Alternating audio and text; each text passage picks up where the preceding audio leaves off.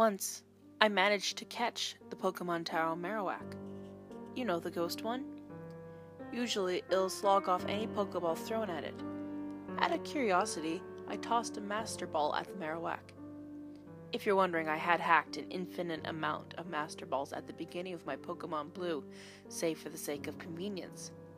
It was the equivalent of an airplane read in terms of Pokemon game playthroughs, so I didn't really care. I was expecting the game to break immediately upon capture, since the Ghost Marowak probably works differently from your usual Marowak caught in the wild. Nothing happened, however, and the game went on as planned. It appeared in the last slot of my party, seeing as I had yet to add a sixth. At the very least, I expected a sort of missing note type issue, but the game appeared to have treated it like a normal level 30 Marowak. It wasn't even a ghost type, though if you fought Ghost Marowak in-game, it never is a ghost type. I had always wondered what had happened if you managed to catch the Ghost Marowak. This all happened as Gold and Silver were being hyped for release, so I was only an innocent kid with an overused Game Genie. Since then, I found out that using a cheat device to catch the Ghost Marowak will leave you with a real one, although the only thing I used a cheat device for was the infinite Master Balls at the beginning, which makes the catch even more peculiar. I was satisfied with the Pokemon, of course. Nothing particular happened, so I completed my business at the Pokemon Tower and went back to Lavender Town. I expected with all the hype, something to finally happen in Lavender Town. The music didn't seem different at all, and upon talking to everyone else, I concluded that all was well in Pokeland. I healed my Pokemon at the Pokemon Center, like normal, and went along my merry way to Saffron. I didn't notice until later, but the guard at the gate didn't just let me through. He was gone. Anyway, Saffron City was free to roam regardless. In continuation of the game's plot, I made my way to Silphco, only to discover again that the place was empty of the usual rocket grunts on every corner. In fact, the whole city was empty. The Pokemon Gym? Empty. I visited the routes just north and south, east and west of Saffron. Empty. I didn't notice how devoid of Trainer's Route 8 was until now. I shut the game off in a foolhardy attempt to return to my previous save before the Pokemon Tower. It sucked because I was still in Celadon City. At least I had beaten Erica and gotten the Rainbow Badge. So all I had to do was leg it back to Lavender Town and do the Pokemon Tower all over again. Without catching the Marowak, of course. All was well. The NPCs were intact and nothing seemed to be very telltale glitchy. I accidentally walked into the grass on Route 7 in my haste to quickly finish the Pokemon Tower again. It was the usual Pidgey, only this time I sent out the Ghost Marowak. I checked my party. Apparently every Pokemon had fainted except the last Pokemon in my party, which happened to be the Ghost Marowak. My items were gone as well. The battle choices were fairly standard: fight, item, run. I tried to run, but it wouldn't let me escape. I had no choice but to fight. Ghost Marowak had your standard moves: Growl, Bone Club, and Leer. Bone Club, being a ground-type move, could not hurt this Pidgey. When rolling through the move choices, I found that the cursor would select this seemingly empty move slot. I selected it. The game froze, the music fizzing out into that itchy static sound, as if I just pulled out the game during play.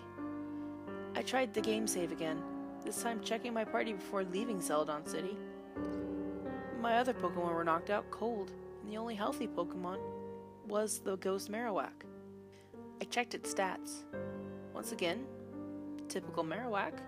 The only weird thing was its lack of a trainer name, a thing I didn't notice before. I didn't say blank or anything. It was literally not there. Naturally, I went to the Poke Center to heal my fallen comrades. It didn't work. For one thing, it acted as if I only had one Pokemon. The other thing was that my other Pokemon were gone.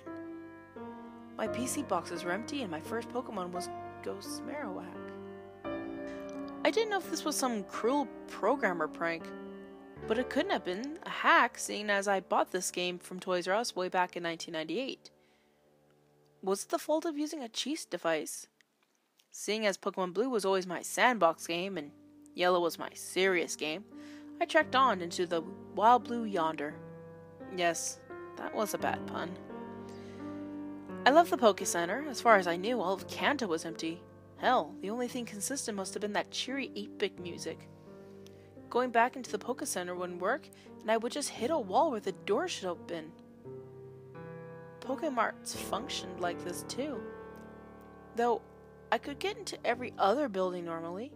I couldn't get back into Erica's gym since I needed to use the HM cut, which I no longer had along with my other items in Pokemon, but I still had that Ghost Marowak. I should mention now that I never got a nickname prompt for Ghost Marowak. It's not wholly important, trust me. It was just Marowak. If all the NPCs were gone, I wondered about the Pokemon. Once again, I ventured into the grass on Route 7. After a few eerie steps, a battle began. My opponent? A wild Cubone. I sent out the only thing I could, Marowak. Run was disabled, items were useless. I picked a Bone Club. It was a one-hit KO, seeing as Marowak was several levels higher than that Cubone. I returned to the overworld and took a step to get the hell out of that grass, only to immediately encounter another Cubone. I defeated the Pokemon as they came, finally making it out of the grass. I was only about 6 or 7 tiles in, but having so many wild Pokemon encounters, one right after another, was just uncanny. I continued towards the western Saffron Gate until I managed to get into another wild battle, away from the grass. Cubone again. Not surprising. This even happened inside the gatehouse.